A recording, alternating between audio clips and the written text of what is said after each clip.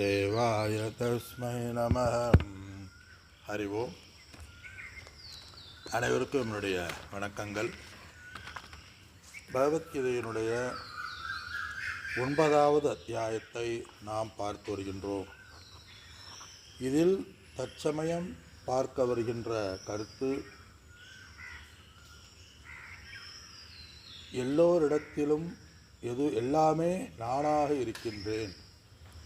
அதாவது ஆத்ம சாதனையில் ஈடுபடுவர்களுடைய ஆத்ம சாதனையாக நான் இருக்கின்றேன். எதையெல்லாம் பார்க்கின்றாயோ, எதையெல்லாம் அனுபவிக்கின்றாயோ அதுவாக நான் இருக்கின்றேன் என்று பகவான் கூறினார்.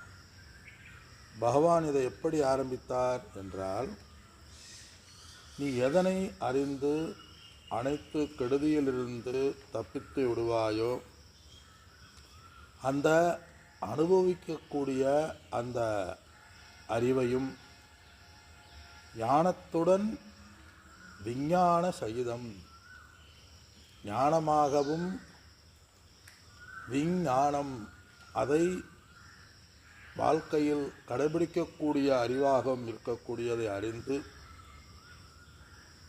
நீ எதிலிருந்து நீ விடுபடுவாயோ அதை பற்றி நான் உனக்கு கூறப்படுகின்றேன். அந்த ஞானத்திற்கு அடைமொழி பகவான் கொடுத்தார். அது ராஜவித்யா, ராஜகுஹ்யம் என்று பகவான் கொடுத்தார்.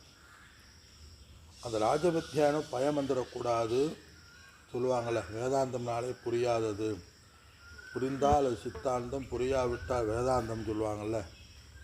அதை நிவர்த்தி செய்வதற்காக பிரத்யக்ஷவா அகமம் தர்மியம், பிரத்யக்ஷமாக உணர்தலை உடையது.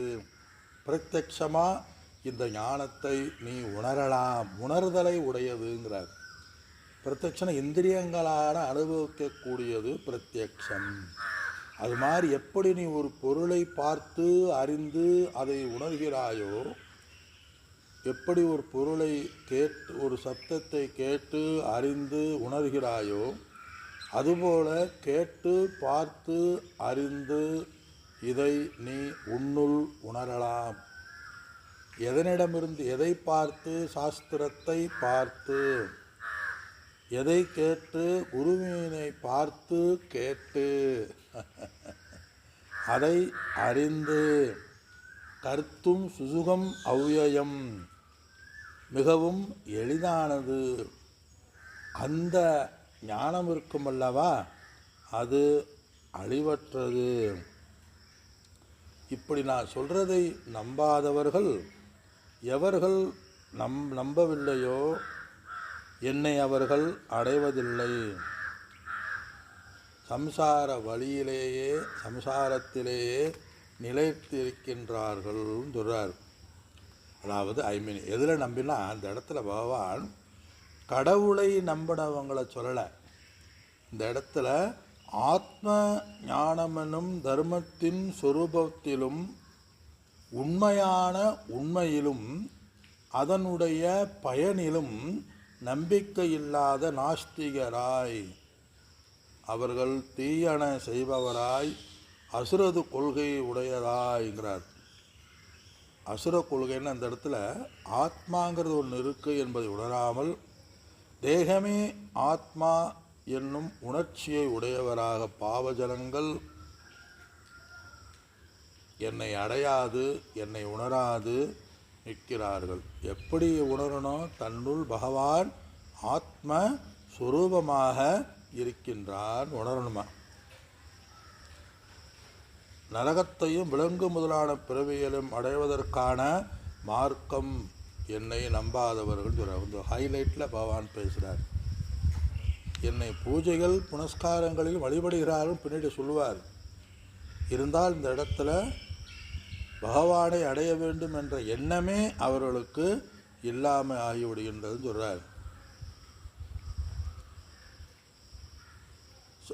பக்தியோடு என்ன அடையாமல் அவர்கள் இருக்கிறார்கள் சொல்கிறார்.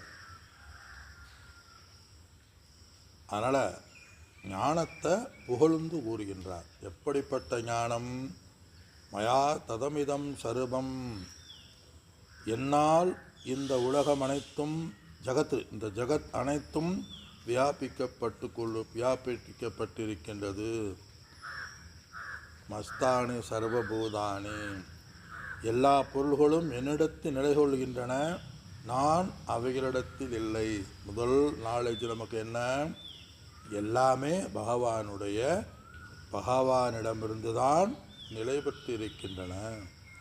ஆகாசவது, ஆகாசத்தில் எப்படி நம்ம எல்லாம் நிலை பெற்று இருக்கின்றோமோ அதுபோல அது ஆத்மா இல்லாத எப்பொருளையும் வியாபிக்க முடியாது. எல்லாமே எல்லோரிடத்திலும் ஆத்மாவாகிய என்னால், ஆத்மா உடையவனாகிய என்னால், எல்லாவற்றிலும் உள்ளே உள்ள உண்மையாகிய பிரத்யக் ஆத்மாவை என்னால் அந்த பொருள்கள் அனைத்தும் தோன்றுகின்றன அப்படிங்கிறார். அப்போ என்ன சொல்கிறது?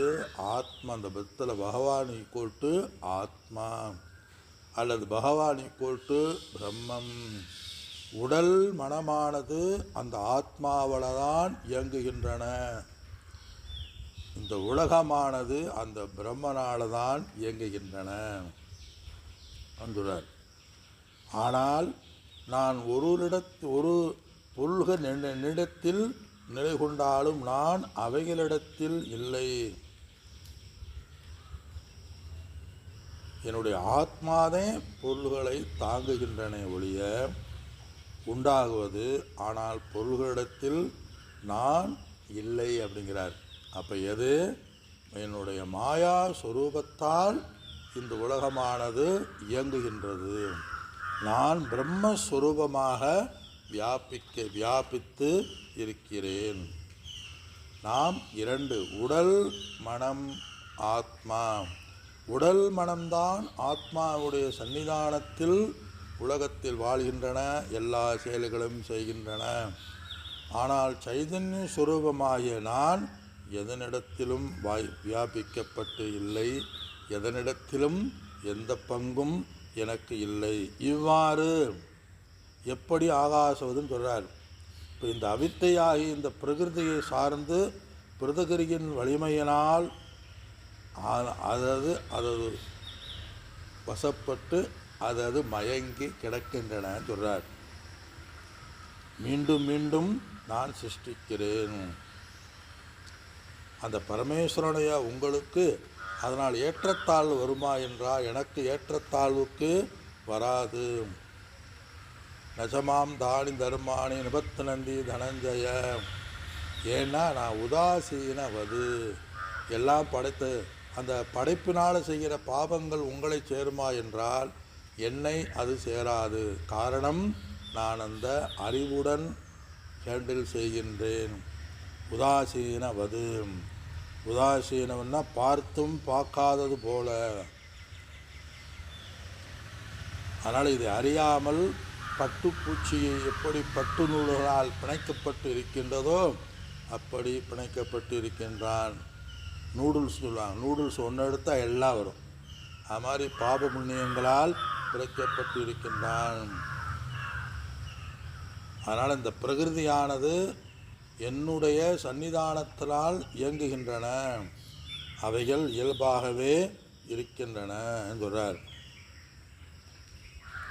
நான் இவ்வாறாக இயல்பாகவே ஆத்மஸ்வரூபமாக நான் இருந்தாலும்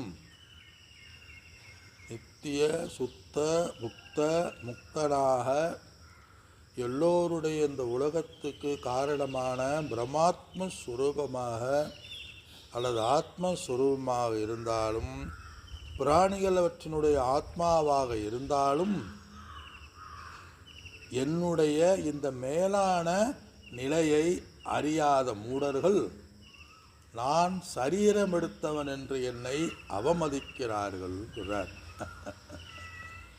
இதில் 16வது சொல்கிறார், பகுத்தறிவில்லாத மூடர்கள் அந்த இடத்துல வையல பகுத்தறிவில்லாதவர்கள் சொல்கிறார். அதாவது நான் ஆத்மஸ்வரூபம், ஆகாசத்தை போல இருப்பவன், எல்லோருடைய சரீரத்திலும் ஆத்மாவாக இருக்கின்ற பரமேஸ்வரன் என்பதை அறியாமல் நான் மனித சரீரத்தோடு விவகரித்து கொண்டிருப்பதா என்னை ஏளனம் செய்கிறார்கள். அவர்கள் பரிதாபத்துக்கு உரியவர்கள், கெட்டழிந்து போகிறார்கள்ங்கிறார்.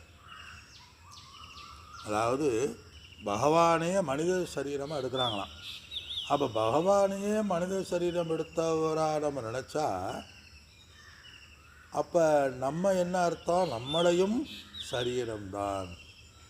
ஒவ்வொரு மனிதர்களும் பகவானுடைய ஆங்கில் பொதுவாக பகவானை பற்றி அறியாமையால் நாசமடைகிறாருங்கிறாரு. பகவானை பற்றி அறியாமை என்றாலும் தன்னை பற்றி அறியாமை என்றாலும் ஒன்றுதான். இதில் தன்னை பற்றி அறியாமை என்றால் என்ன?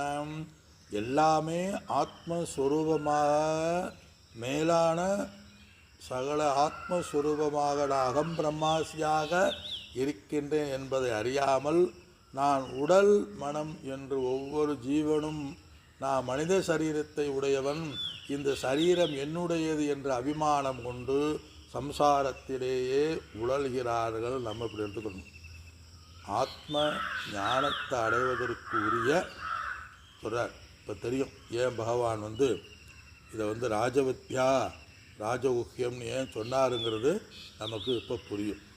புரிந்தாலும் புரியாதது, பெரும்பாலானவர்களால் புரிய முடியாதது, அதே ராஜவித்யா ராஜகுஹ்யம் சொல்கிறது இப்போ புரியும். இப்படிப்பட்டவர்களுடைய நிலைமை என்ன? பரிதாபத்துக்குரியவர்கள், வீணான செயல்களை உடையவர்கள், வீணான ஆசையை உடையவர்கள், வீணான அறிவை உடையவர்கள், ராட்சச அசுர சுவாவத்தை மட்டும் கொண்டவர்கள் சொல்கிறார் பகவான். வீணா அவங்க செய்கையினால் ஒரு பிரயோஜனமும் இருக்காது. எதை நினைக்கிறோமோ அதையெல்லாம் செய்வாங்க. எதை வீணான ஆசை, வீணான கற்பனையை உடையவர்கள் சொல்கிறார். ஆசைனா ஆசை பயனுடையதாக இருக்காதுங்க. இந்த ஆசை வீணான ஆசைன்னு அந்த இடத்துல நிலையற்ற பொருள்களின் மீது ஆசையை உடையவர்கள், பயனற்றவை. அவர்கள் தன்னுடைய ஆத்மாவ அறிவும் இல்லாதவர்கள், அறிவும் பயனில்லாதது, பகுத்தறிவு இல்லாதவர்கள், பொய்யறிவை உடையவர்கள். பொய்யறிவு, அறிவினால் ஒரு பிரயோஜனம் இல்லை. ஆண்டவன் பகுத்தறிவை கொடுத்தோம், அந்த பகுத்தறிவுனால் ஒரு பிரயோஜனமும் இல்லாதவர்கள்னு சொல்கிறார். அசுர சம்பத், ஒரு அறிவுனா தேகமே ஆத்மா என்று நினைத்தவர்கள் பயனற்றவர்கள் சொல்கிறார். அவருடைய சுபாவம் எப்படி இருக்கும்?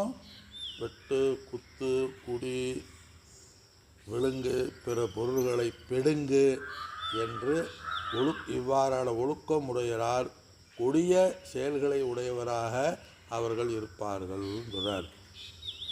அவருடைய இயல்பு இது. ராட்சசி அசுரிங்கிறது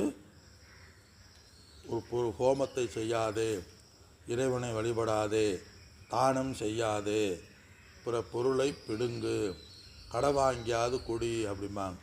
சார்வாங்க மதம் சொல்லும், நீனே தேகம்ங்கிறது ஒன்று இல்லை, ஈஸ்வரனுங்கிறது ஒன்று இல்லை, ஏதோ நீயாக நீ தோன்றுகின்றாய், நீ இருக்கிறவர்களும் அனுபவி, நீ செத்தப்பறம் எல்லாம் செத்துரும், பாவ புண்ணியங்கிறது கிடையாதுன்னு சார்வாக மதம் சொல்லுவாங்க. அப்படி சொல்கிறார். அப்படி சொல்கிற பகவான் இவர்களுக்கு மாறாக ஆறுதல் சொல்கிறார். இவர்களுக்கு மாறாக எவர்கள் என்னுடைய வார்த்தையில் அல்லது குருவினுடைய வார்த்தையில் அல்லது இந்து சமுதாயத்தினுடைய கலாச்சார பண்பாட்டினுடைய நம்பிக்கை உள்ளவராய் பகவத் பக்தி என்னும் மோட்ச வழியை சென்றுகிறார்களோ அந்த மகாத்மாக்கள், அவரை மகாத்மாக்கள் சொல்கிறார். மகா ஆத்மாக்கள், சங்கராச்சாரியா சொல்கிறாரு, ஈன புத்தி இல்லாதவர்கள், ஆத்ம சாதனைகளால் மனதை பரிசுத்தப்படுத்தியவர்கள், ஈஸ்வரனை என்னை தொழுகிறவர்கள், மனம் மொழி மெய்களால் அடக்கமும் தயையும் நம்பிக்கையையும் உடையவர்கள்,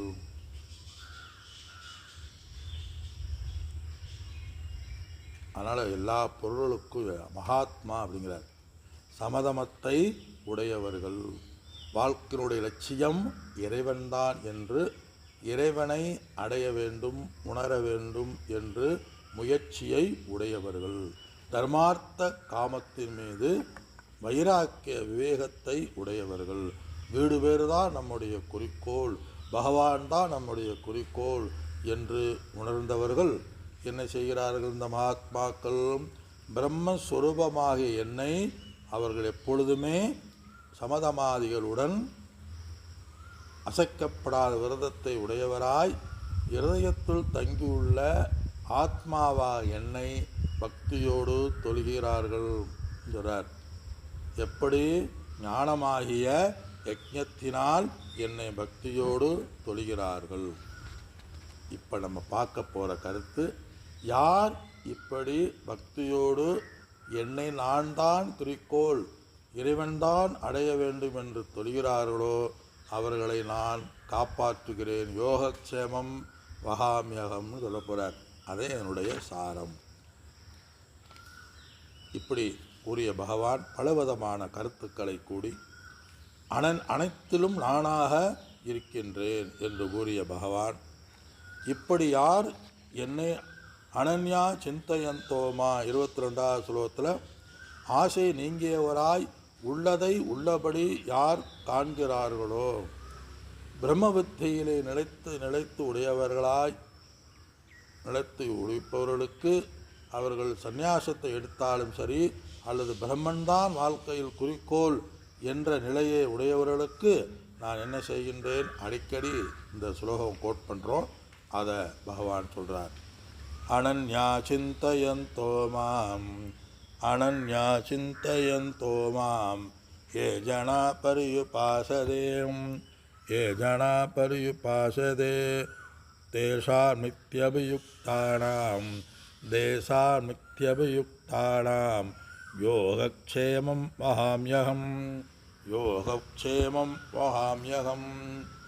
அனன்யக எந்த